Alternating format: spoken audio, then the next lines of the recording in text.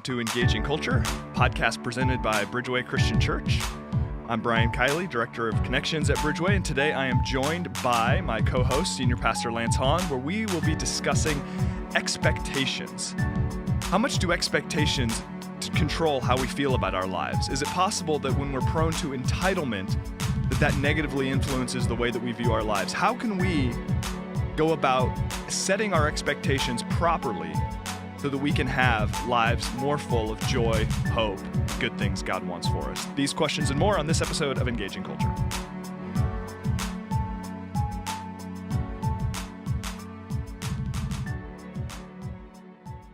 All right. Hi, everyone. This is Pastor Lance Hahn. Obviously, I have a cold, right? So I don't know if you can hear exactly all the same things I'm hearing, but we are going to be talking today about when unrealistic expectations ruin our lives.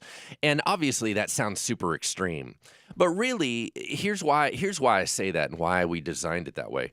If we have an expectation of one thing and it is inaccurate, we will judge everything by that standard. So let me give you an example. Let's say I told you were going to go on vacation, and you were going on vacation, and I'm going to get you a room. You show up to the room, and it has one small bed, and it has a toilet in the exact same room, and it was like not just a studio apartment, it was super tiny. You would just feel like I've completely destroyed your life. I must not like you. I must not love you. Don't care about you. Your expectation was, I'm on vacation. My room should be awesome. If I told you were going to prison and you walked in and there was a single bed and a toilet in the same room, the expectation is, of course, this is how it's going to go. And all of a sudden, everything shifts. Your whole atmosphere shifts. Your expectation. All of a sudden, little things start to seem more valuable.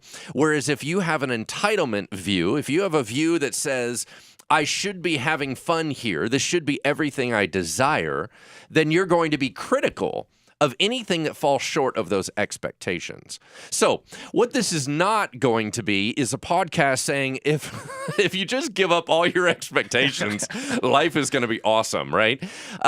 Like I remember this one shirt I saw a long time ago. It says, ever since I've given up hope, I feel so much better. And I was like, that's awesome. Amen. Amen. Oh, wait. Amen. So here's where I would like to begin, and I'm going to kind of guide this and throw a couple things back at you there, Pastor Brian. But I think that all of us are consistently attacked with the thoughts, why is my life so hard? Like, what's wrong with me? What's wrong with it? We think that it should go smoothly, so when it doesn't, we assume something goes wrong. For example, let me give you another example. I'm full of examples today, apparently, because I had coffee. Let's do it. Yeah. So I don't like to fly. Like, I think we're all pretty clear on that, right? So I don't like to fly. Turbulence trips me out. And yet, when I'm on my boat, right? So my father actually gave us a boat. I don't want anyone to think that I'm sitting there lavish with my God. I got a free boat, all right, folks? On your fleet of boats. On my fleet of boats, right. It's a little like water ski boat type thing. When we're on the boat and we're driving along and you hit waves, it's part of the fun. There's supposed to be waves in water, and the boat's supposed to go through it. So why shouldn't a plane be able to go through pockets of air, because that's where you're at, and have bumps and turbulence? Yet somehow my expectation was, on the plane, it should be completely smooth. But yet my expectations in water is just because I can see the waves, I always expect bumps. So once again, I keep using these same analogies to talk about the fact that all of a sudden we look in the mirror and we're like, man, how come I look like something's seriously wrong with me? Am I sick? What's going on? I'm not young enough. I'm not smart enough. I'm not fast enough. I'm not wealthy enough, right? So we keep thinking something's askew, something's wrong. But what if it's not? What if that's how life is supposed to go? What if everything isn't supposed to be easy? What if really deterioration is a part of how things are supposed to go? Then shouldn't we be able to embrace it and walk through it at least without the extreme fear that something's wrong? So anyway, just right off the top, what are your thoughts, Brian? expectations are such a funny thing because on the one hand, you talk about sort of a glasses half full versus glasses half empty mentality. On the one, hey, let's just look at things positively. And I think looking at things positively is a good thing, trying to put a positive spin on things, trying to be positive and upbeat about how things are going. But that's different than expectations. It seems different. And in the same way, pessimism, let's just, why bother with this new car I just won? It's probably just going to break. Like, that sort of thing. Like, that's not really healthy either, but I also don't think that's the same as having low expectations. High and low expectations are not exactly the same as thinking positively versus thinking negatively. And it is interesting because I do think that oftentimes our dissatisfaction with how we look in the mirror, how things are going at work, how things are going in our marriage or with our families or with our kids and all of these different things, those aspects of our lives are hijacked by unrealistic expectations. They're hijacked by, we love each other, so that means marriage should be easy and simple and all of that. Like, that's just not true. Or, raising kids is supposed to be a joy, so they should never stress me out or it should never be difficult. Well, that's just not true. And it's just so fascinating to me.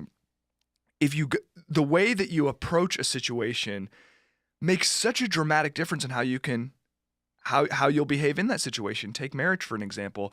If you go into marriage believing it is going to be joyful and that part of the joy is the work involved, then when fights happen, when disagreements, when challenges, when money trouble hits, you're not going to be caught off guard by that because you'll just sort of realize, okay, this is what I signed up for and we can work our way through this situation together. And actually, in the long term, this may be something that strengthens our relationship. But if you go into marriage thinking, I found my soulmate, so everything should be perfect all the time and I don't need any relationship skills and we're all just going to love each other constantly, man, you're in for a big disappointment and you might not be prepared to handle those hardships. So, and on the one hand, we think of high expectations as just thinking positively, but I just don't think that's true. Because unrealistic expectations can make us woefully unprepared to have joy in the midst of the realities, not just hardships, but just realities of life. Yeah. So when you first were talking about how they're different, I was trying to scramble in my mind and going, okay, so how are they different? And really, they're different realms. You can have low expectations, but a positive attitude. Yep. You can have high expectations and a pessimistic attitude. So the attitude is how you engage with what you believe to be real. Yep. Right? So one of the things that right off the bat I want to kind of throw out there, and I know that you have a lot of thoughts on this, so I'm going to kind of leave a little bit more for you, is the issue of entitlement. Yeah. So once again, I'm about to irritate everybody, so hold on. Give me a second. One of the things that has been most marked to the millennial generation is entitlement. And I was recently listening to a program and just listening to a millennial getting so angry that life wasn't working out well for them, that things weren't going well. Now, I think the millennial generation is just another generation of human beings wrestling with their example, the examples before them, the role models before them, dealing with real life. So I don't have this negative, I think millennials bring in all the same level of problems that every other generation and all the blessings. I think that stuff that the millennial generation is operating in, some of it is so much healthier and some of it is so much more godly, in my opinion. So I'm very, very pro Generation Y and millennials and all that. Right. But I think that the way that our world is training people, and I don't know if it's through the marketing or the advertising or what it is, but whether it's this idea of the American dream or it's you can be anything, and when you realize that life is difficult, when disappointment crashes in because entitlement says, I deserve better than this. Better should be coming to me. Mm-hmm. I deserve it.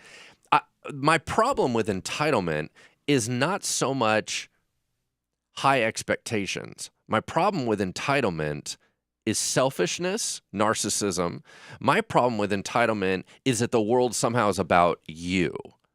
And I think all of us struggle with entitlement to some degree. It's not just a millennial thing; it's an everybody thing. Totally. But just for you to share a little bit with us, because I know that you've done a couple quotes even in preaching about entitlement.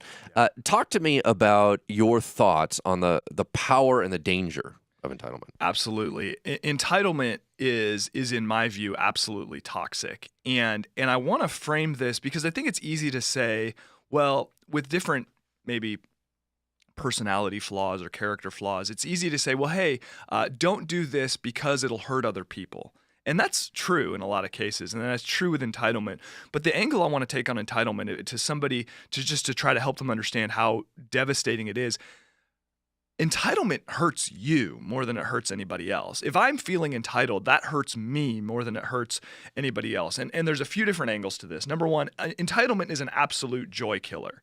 You can be joyful at what you have in your life, or you can feel entitled. You can't have both. So I can decide, well, the things that I have, the job, the house, the family, whatever, material blessings, a relationship with God, spiritual blessings, I can feel entitled to these things, or I can live joyfully thankful. Now, when I'm entitled, that might make me, oh, well, I'm stressed out because things are broken, or I'm angry because things are broken, or I'm annoyed because maybe work is difficult or relationships are hard or whatever. I'm focusing on the negative and constantly feeling like I deserve more. Whereas if I'm taking the perspective, I'm actually not entitled to any of this. Right. That based on my own sinfulness and brokenness, I'm entitled to nothing. Yep. All of this is a blessing. So I can say, well, my air conditioner's broken and that's a bummer and I've got to fix it, but I'm not entitled to a working air conditioner. That's right. Like the fact that I even have a house at all is better than I deserve. So and I just find that for me, again, like, does it have an effect on other people? Yeah, but for me, that is a healthier, more satisfying way to look at life, to realize I'm not entitled to any of this, so I can be thankful for all of it. And then the other aspect of entitlement too is that oftentimes what is marketed to us is that success will be easy and fulfilling. Yeah. Success will be easy and fulfilling. And to break those down briefly, success will be easy. In a social media culture, which I'm not against social media, enjoy social media a lot, we see the highlights. That's fine. Like, we might see, so we even sharing on our Bridgeway Facebook page, at the end of every weekend, we share a quote from the message. So we'll see a big picture of you, Lance or Parnell or me, whatever, with this great quote from the sermon that's inspirational. So all that anybody ever sees is you up on stage doing your thing, rocking it, having a good time, preaching the word and all that. Nobody sees the struggle behind the scenes. Nobody sees, stressing out on a Saturday morning like, oh boy, is this, God, what am I even doing? And all this other stuff. Just the stuff that we go through to prepare a message. And that's fine. We're not supposed to see behind the scenes. But all people see is the finished product, and it looks easy. You see the actor, actress. You see the athlete. You see the business tycoon. You don't see the behind the scenes. So we think that success is easy. And then also we think that it's going to be ultimately fulfilling. Mm-hmm. I remember hearing this crazy story several years ago about a Super Bowl winning quarterback, Aaron Rodgers, and how he started to get involved in more sort of social justice causes. I forget if it was domestic or international, but serving with underserved populations after he won the Super Bowl, because he realized, man, this is the culmination of my entire life, and I just found myself looking for what's next. So this idea that, like, if I achieve a certain amount of success, I'll be ultimately fulfilled. Right. It's just like, pursue stuff. That's great. Yep.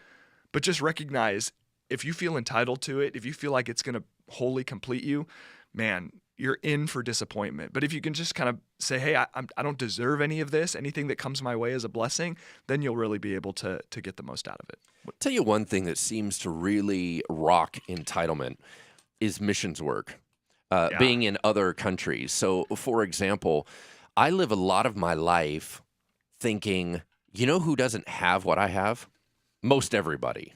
Yeah. Like, every time I get in the shower, and I'm not kidding, this is literally thoughts in my head. Now, there's some things that I wish I was more Christian-y, and I was like, ooh, and it was all like a magic picture.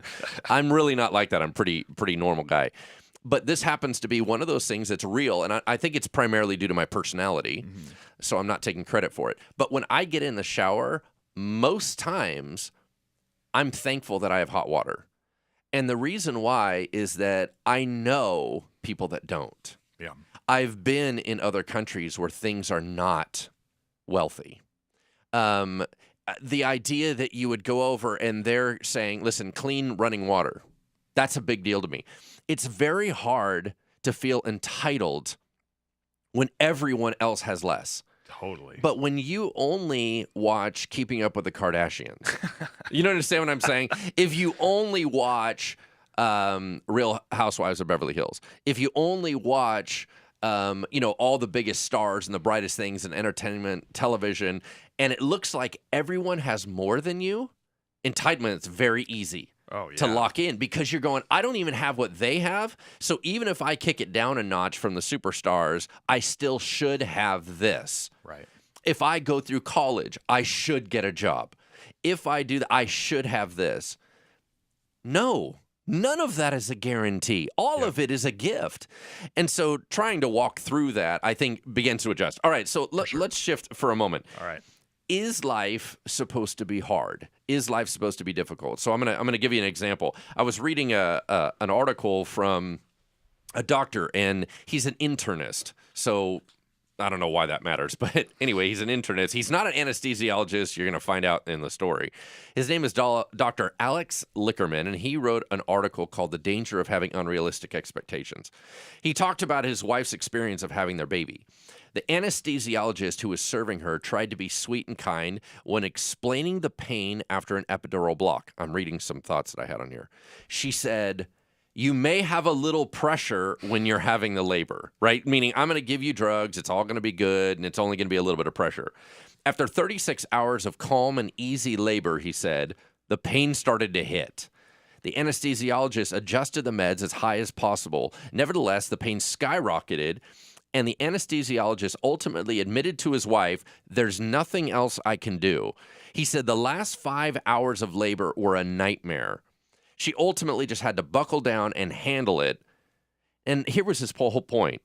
Although the physical scenario of having the child would have been the same either way, the problem was getting set up for no pain, then getting severe pain. It made them panic and react. It would have been far better to know that it was coming and that it was normal. All right, so the pain's the same. The experience is vastly different. Yep. If there's an expectation that I shouldn't have any pain, then what's wrong with me? Why is so much pain coming in? Is there something wrong with my body? Is there something wrong with the baby? And all of a sudden, all the panic wasn't necessary. Now, obviously, the anesthesiologist had a good heart. Right. They don't want to walk in and go, this is going to be the worst day of your life, right? I mean, that's not nice either. Right. But saying, listen, childbirth is painful. It's not going to last forever. But giving them some type of understanding of what's normal, right? Quick thoughts on that story.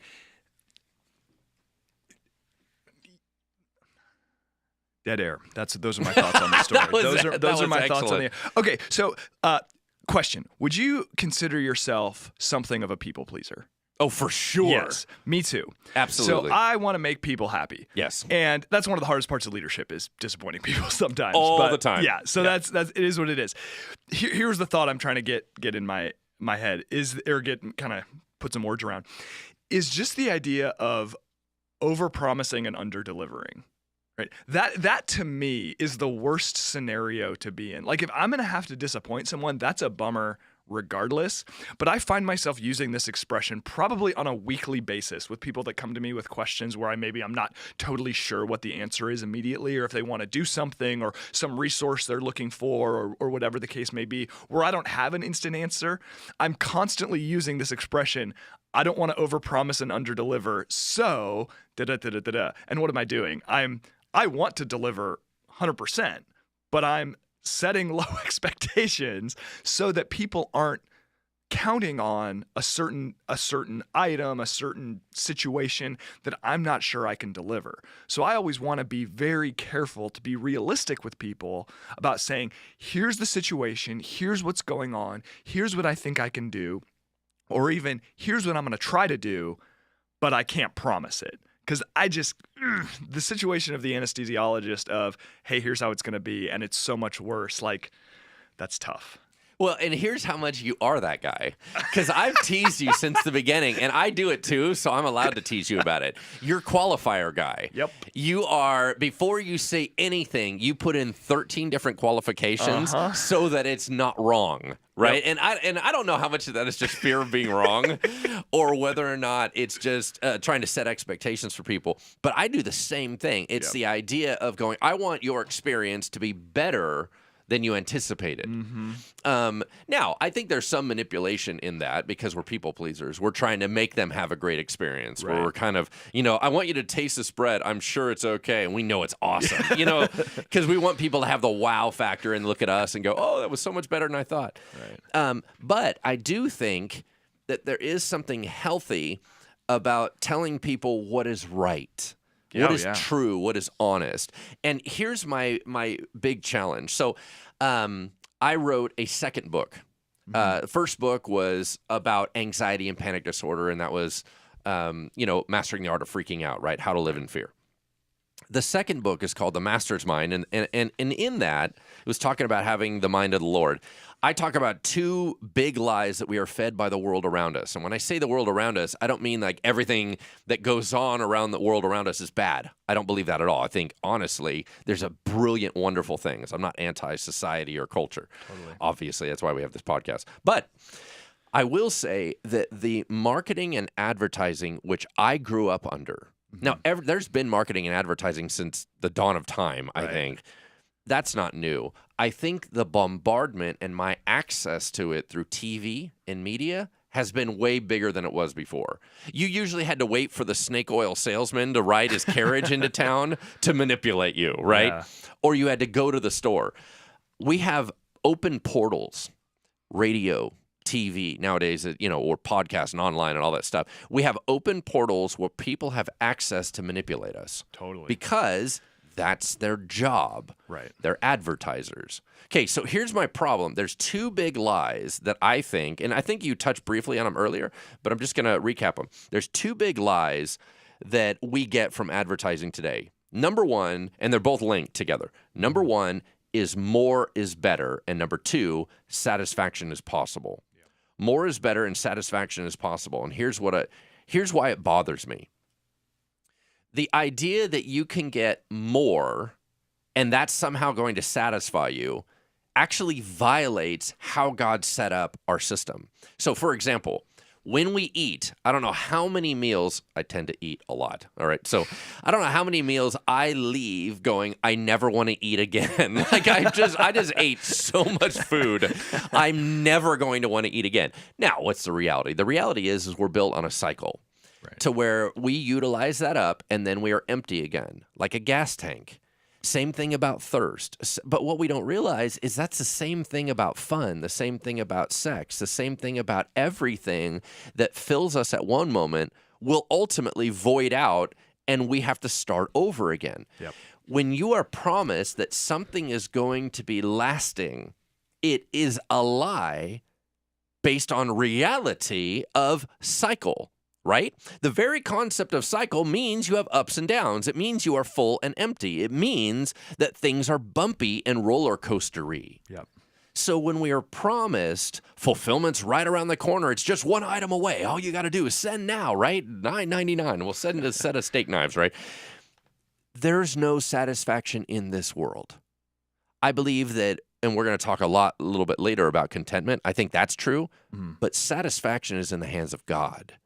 I don't believe that satisfaction is possible in this life. Thoughts? Right. More is better for a moment. I mean, but by its very nature, more is better for a moment. I get a little ping of, I don't forget what the chemical is, if it's serotonin or adrenaline or whatever. Something awesome. When I click buy now in one click on Amazon, that does give me a little feeling of, ooh, hey, this is a euphoric boost. Right? And then it comes in the mail, and hey, for a little while, I'm excited. But it's so funny. I've had to even do this with myself, is just sort of realize, like, if I'm excited about buying something or excited about something coming in the mail, and I just have to remind myself, hey, a moment's going to come really soon where this thing is no big deal, where I'm not that excited about it. Yeah, so, you look back at, why aren't you so excited about the stuff in your closet? Exactly. Yeah. Like, there was a time when the shirt I'm wearing came in the mail and I was all excited to get it and everything else. And now you know what it is? It's just a shirt. Yep. And I'm only wearing it for the first time. So there you go. Shows you how fast that fades away, right? So the idea that long-term contentment by acquisition, Right. acquiring is fine. It's just we can't count on it to do that for us. It's not going to give us the dopamine dope. Right. Dump. Whoa, dopamine dope. That was dope? terrible. Yeah. All right. Yeah. It won't give us that either. It won't give us that either. So I want to turn the corner a little bit on this stuff and talk about what I call the me trap. All right. So the way that I focus my thoughts a lot is by writing. I write things in book form. So I'll talk a lot about, I'm writing a book on, well, is it ever going to be published? No, it's not going to be published. I write manuscripts because that's how I organize my thoughts. Well, one of the manuscripts that I worked on rather extensively was called It's Not About Me, It's Not About You. And it actually is trying to recenter a Christian that this universe is about God. Mm-hmm. It can't be about me to where it's self-centered, right? Yeah. I'm building my kingdom. Everybody is for my consumption. You only exist insofar as you bless me. Yep. That's actually God's alone. So he is the center of the universe and everything goes around him. But at the same time, it can't be about you. I can't find my identity in what you say to me. I can't find my fulfillment in what you do for me. Mm-hmm. That's not appropriate either. Human beings, me, you, we're not what it's all about. This grand story is about God. So once again, if you have that expectation that it's really his story to tell, suffering makes more sense for human beings. Right. It resets what is really going on. For example, we talk about how does hell make sense? Hell does not make sense if it's man-centered. Mm-hmm. It just seems like a ferocious, bizarre, weird thing, which I still wrestle with hell anyway. Sure. Even with a good perspective, I still wrestle with it. Yeah. If it's God-centered, it makes more sense. Suffering is brutal. It's completely bizarre if it's man-centered. If this universe is God-centered, it makes sense. And it goes on and on and on. So I think the me trap is that we disconnect and put the wrong person on the throne. We put the wrong person in the center, and then the rest of the fairy tale doesn't make any sense. Totally. And much like with entitlement, I think it's easy to say, well, Lance, it's not about you. You shouldn't make it all about you. We can use that sort of language as if, hey, I know this is what you really want, but you shouldn't do that because it's wrong. Now, on some level, that's true.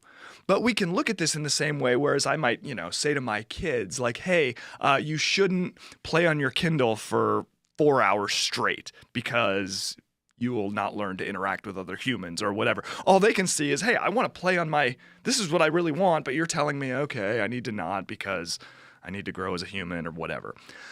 That's not the sort of mentality I think we need to have with this. What's my point? My point is that for life to not be about me is actually a great relief.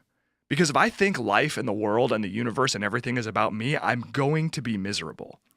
So for God to say, actually, the universe is about me because I'm the only one who can handle the universe being about him. That's God, not me. Yeah, right. Just to be clear. That is a great relief. That I don't have to live a me-centered life. That is actually an invitation from God to say, no, I'm rescuing you from the misery that comes from making life about you. Does that make sense? Oh, absolutely. Here's what it triggered in my mind. I've always been fascinated by personality tests. And then after I took 1 billion of them, I found out they're all the same. So the most simple one that I've always gone with is old school. It breaks people down. All of them break people down into 4 categories.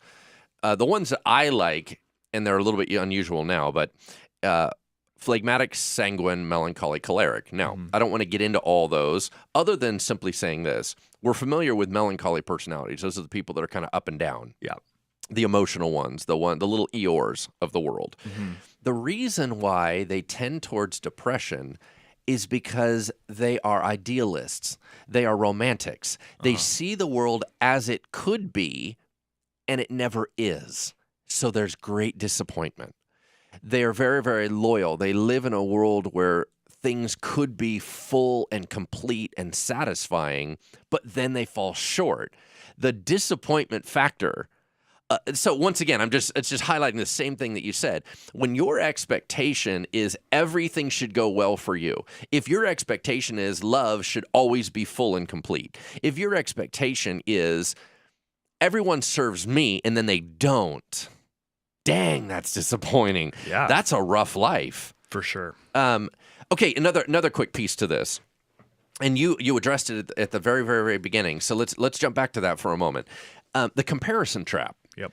Right? Where we are always looking at everyone else, and nowadays we have the ability to filter, right? So online stuff is all filtered. Yep. And so in the same way you were mentioning before, I got to give us this example. So there's a young lady here at our work, right? Mm-hmm. She works in our kids' weight department.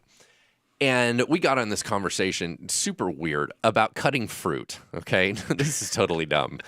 Now, she is super artsy, and she's brilliant at all the stuff that she does. Well, she starts talking about, I cut watermelon and blah, blah, blah. So me, I love talking trash, right? I love messing with other people's heads. It's Indeed. super fun. And so I ended up talking to her, and I was like, hey, you know what? Because this becomes competitive for me. It becomes fun. Right. I go, I'm the only one that knows how to cut watermelon. I cut perfect cubes. Right? Wow. Now, here's what's funny about it. I am very artistic, and I am a little OCD. So I am really good at cutting watermelon. And so I ended up texting her a step-by-step process of me cutting watermelon just to mess with her, just to irritate her day. And they were in perfect cubes. Here's my point in that whole story. In all of those pictures I sent her, not one showed all the pieces I throw away. Not one showed the mess. Not one. You don't understand what I'm saying? Everything I presented to her looked like it went from chaos to order without any mess. That is how everybody is coming across online these days. Yep. They are showing none of the mess and all of the results. Right. So talk a little bit about your heart about this whole comparison challenge. And to be clear, that's fine because that's what it's for, right? Social media is for the highlights. So there's nothing wrong with me I went on a big hike the other day. Me sharing a picture from the summit and not sharing a picture of me ready to collapse 20 minutes before the summit, right? Like, you know what I'm saying? Like, it's for the highlights. Where it becomes problematic is where when we as observers look at what we see online and think, oh, that just must be their everyday life. It's not. It's the highlights. So we celebrate the highlights, but we don't need to assume that their life is like that. Because when we do, it creates envy in us, which is super unhelpful. And then it also creates, I think, some self-loathing and condemnation of just realizing, man, I'm not, oh gosh, my life is so lame. I heard another guy say once, we compare people's highlights with our behind the scenes. And that's a problem. It's totally inappropriate. What I love so much about what you said is you go, that's what it's for. Okay, now that's a reset of expectations. Yeah. If you look at online media for what it's for, highlight reel. Yeah. Okay, so I will tell you this. Growing up, when I was growing up, a thing started called Sports Center. I've heard of it. I don't know if you've ever heard of it, ESPN, but anyway.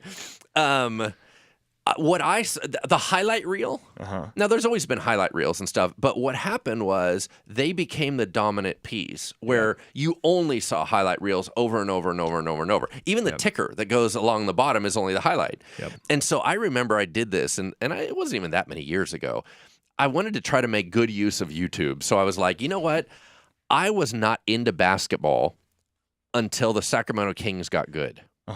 I don't know if you remember that. That actually happened one time. I do recall that. It's a long time ago. No, don't get me wrong. We failed without getting the ring. But all I'm saying is there was one time in history when the Sacramento Kings were good. Anyway, if you remember back then, Eric, that's when I first got into basketball, watching it consistently. Prior to that was really the Michael Jordan era. Right. I missed it.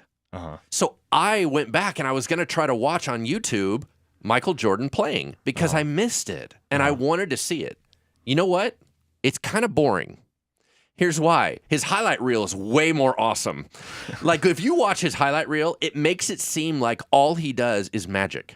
every day. Yeah. He always jumps 1,000,000 feet. He always slams the ball. He always hits the jumper from 3-point. You know what I mean? Yeah.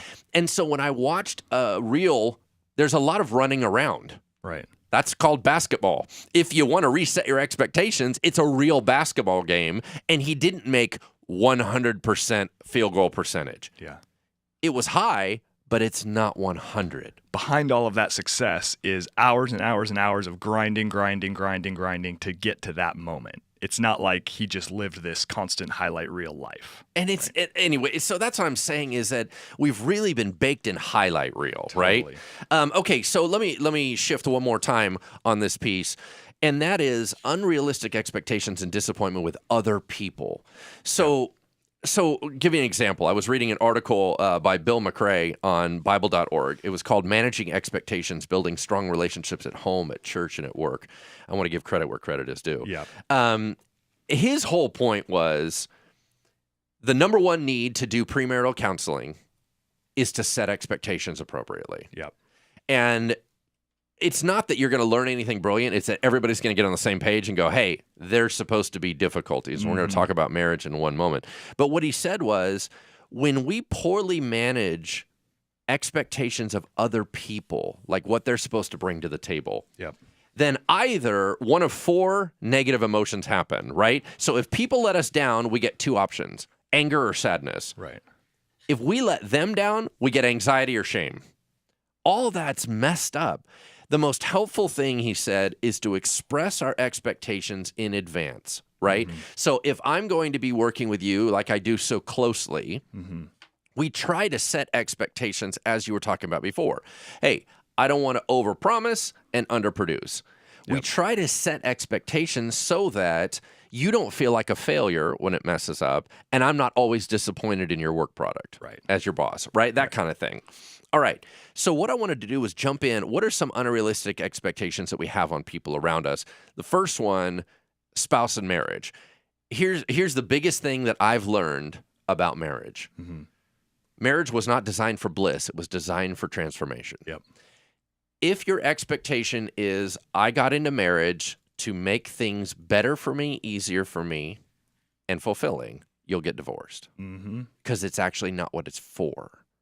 Marriage was designed that God was going to use your spouse as the number one chisel to shape you into his image. That means hardship's part of it. Frustration is part of it. Agitation is part of it. Disruption is part of it. Because God is more interested in your holiness than your happiness. Yep. So start talking to me a little bit about thoughts on that.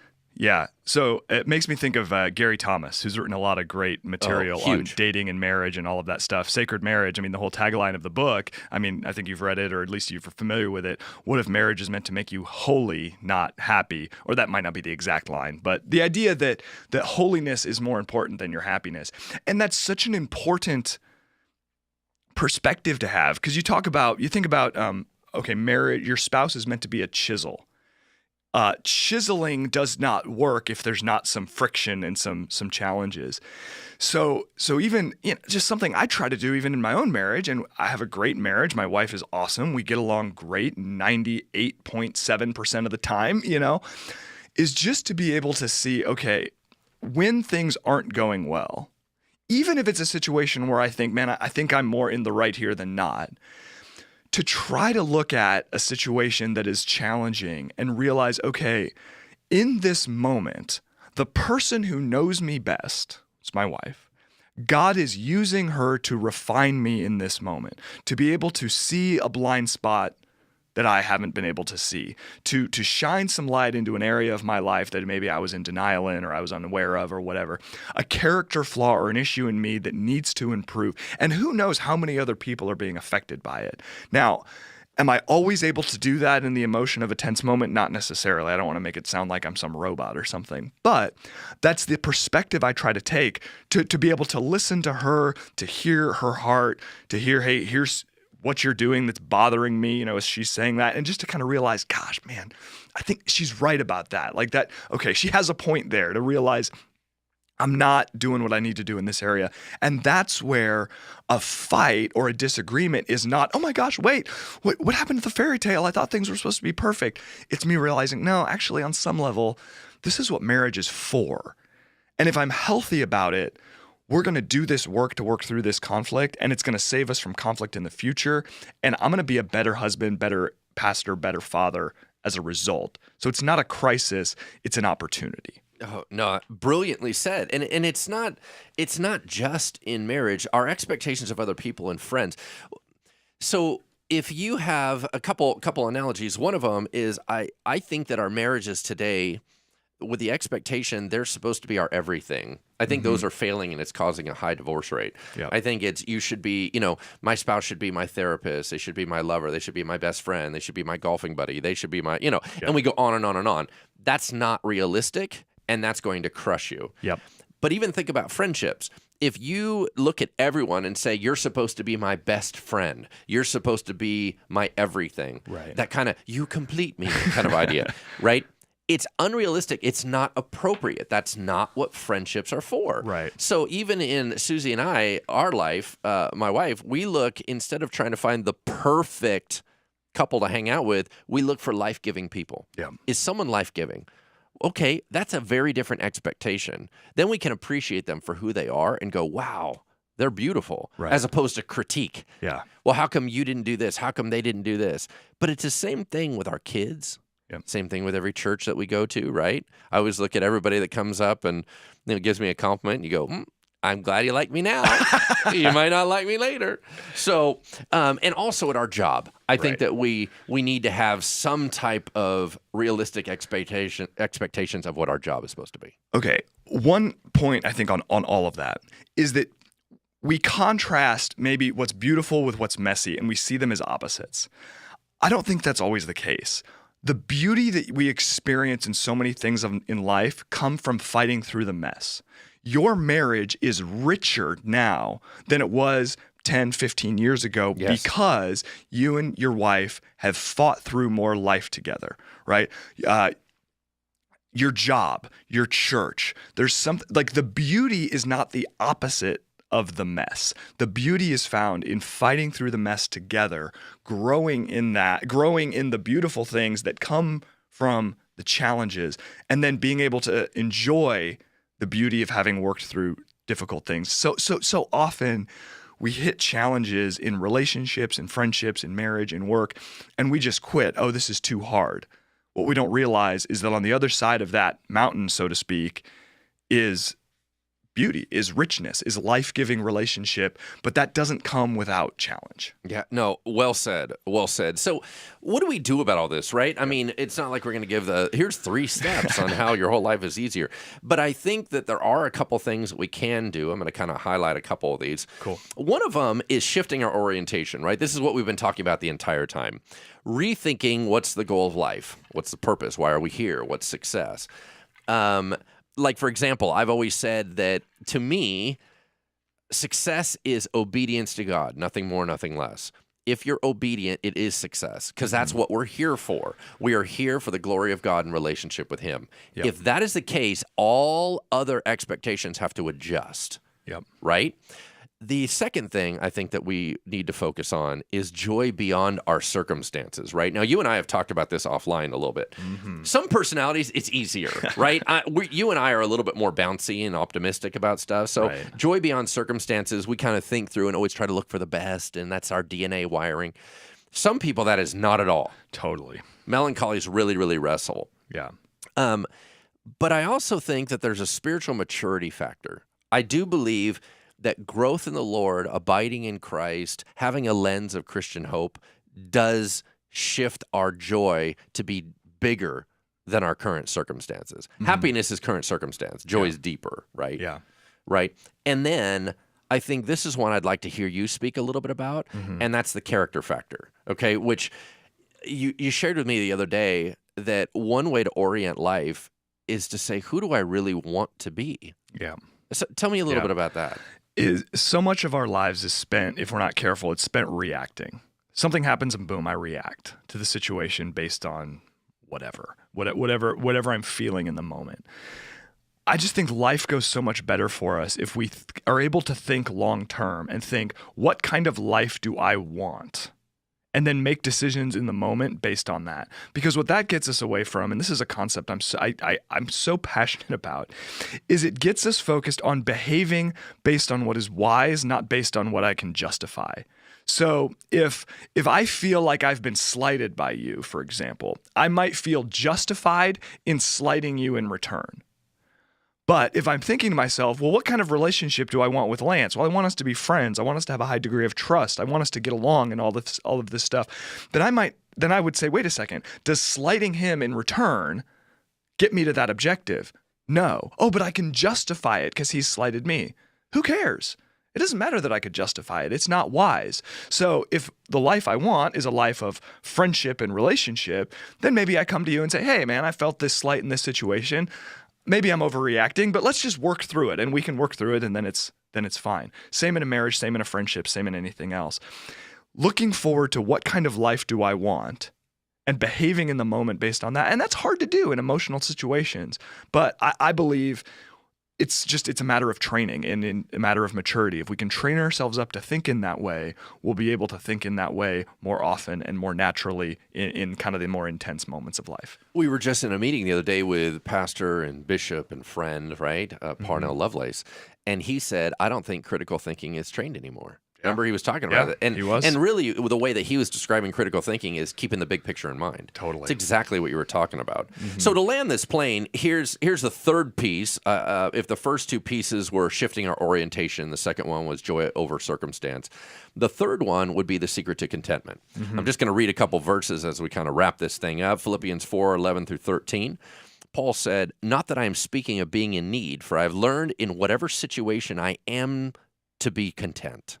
I know how to be brought low. I know how to abound. In any and every circumstance, I have learned the secret of facing plenty and hunger, abundance and need. For I can do all things through him who strengthens me. In the same way, he said in 1 Timothy 6:6 through 10, but godliness with contentment is great gain. For we brought nothing into the world, and we can't take anything out of the world. If we have food and clothing, with these we will be content.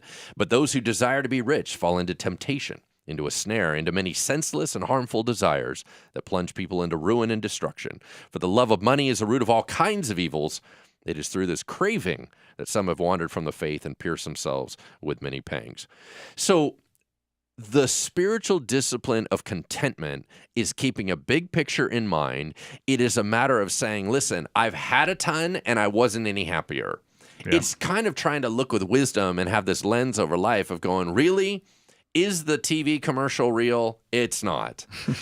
Adjusting, and being able to say, you know what, Lord, if I have you, you're the biggest thing. Yeah. If I have you, I have more than enough. Yeah. And not saying it in a religious-y kind of refrigerator magnet way. This is what I'm supposed to say. Yeah. Yeah. Owning it. Yeah. Seeing everything as a gift. The secret to contentment is realizing stuff doesn't satisfy. That's the secret. Improving our circumstances and wanting to improve them in any area of life is fine. Like that, absolutely, we're not masochists here. But to realize joy transcends circumstance, that joy is outside of circumstance, so important. So, what's the last word, Lance? Give it to us. The last word is: this life is designed for transformation and a walk with Jesus Christ. And if we make it about something other than that, it's sure going to be disappointing. I'll tell you that. Amen. All right. Well, thanks so much, everybody, for joining us on episode 4 of the Engaging Culture podcast. If you've been watching online, or even if you're not, we put the articles we referenced in the comments section of the live video, so you can find them on our Facebook page, facebook.com/Bridgeway Christian. We will be back with episode 5, in 2 weeks. Thanks so much.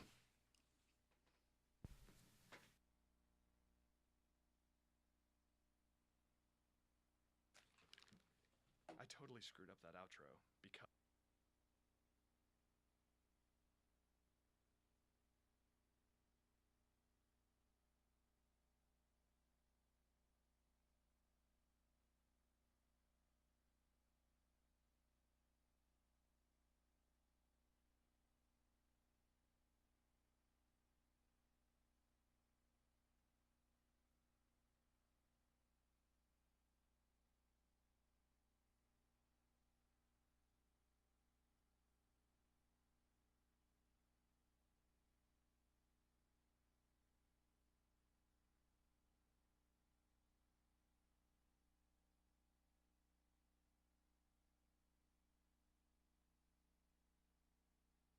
Provided by Dexter Britton.